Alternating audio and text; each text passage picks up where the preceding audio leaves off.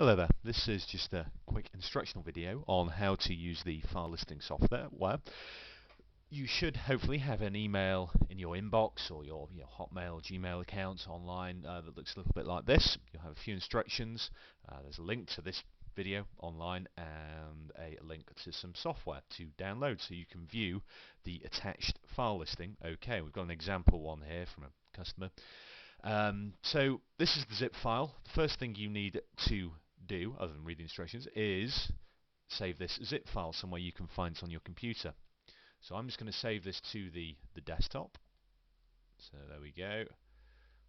And now I'm going to also download the software that's on the website. So just click on this. You're going to save this file.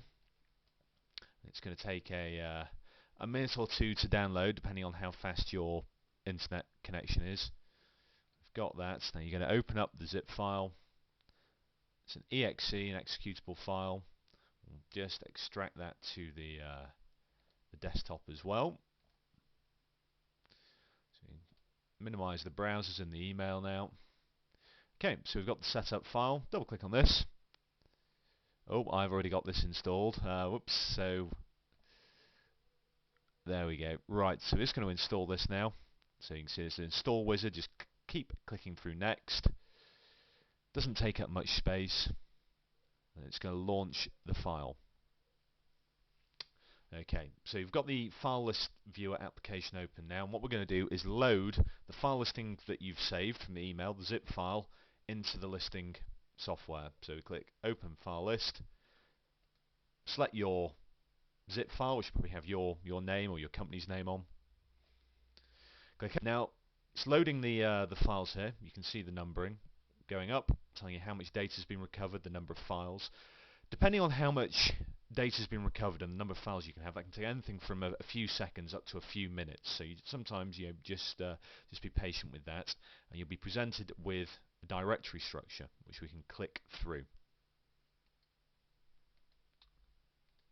Sometimes there can be a few beginning directories, and then you'll start seeing data that you recognize. In this case, probably in the documents and settings, or the users folder is going to be where most of your data is.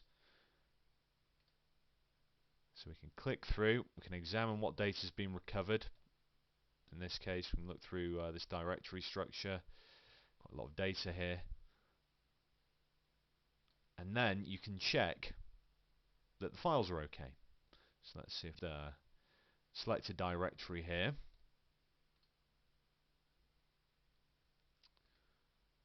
Okay, so here's a good example. This is just on the desktop folder, and we can see that this customer had a document here, a JPEG image.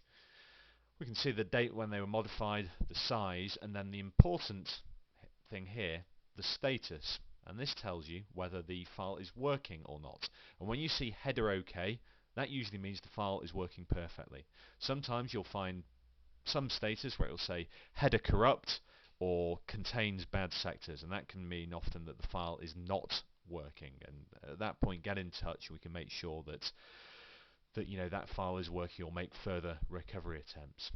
There's also a filter system, so you can check for certain files. So if I go star.doc, that's going to just filter for all document files. So we click through this again. You can see a much smaller file listing now, and it's just going to have directories in which have documents. So we can see here, actually, here's a good example. Header OK, all those files are OK, and then we've got a corrupt file here, header corrupt. And again here, the file details, that tells you how many files are available in a total size of the documents there. And that's it. So you can check through, make sure what you've been recovered is okay, and then get in touch, send an email through to confirm that that's okay, and then we'll get that all wrapped up, either sent out to you on DVDs or a return media hard disk drive. And if you do have any questions, please phone or email. Thank you.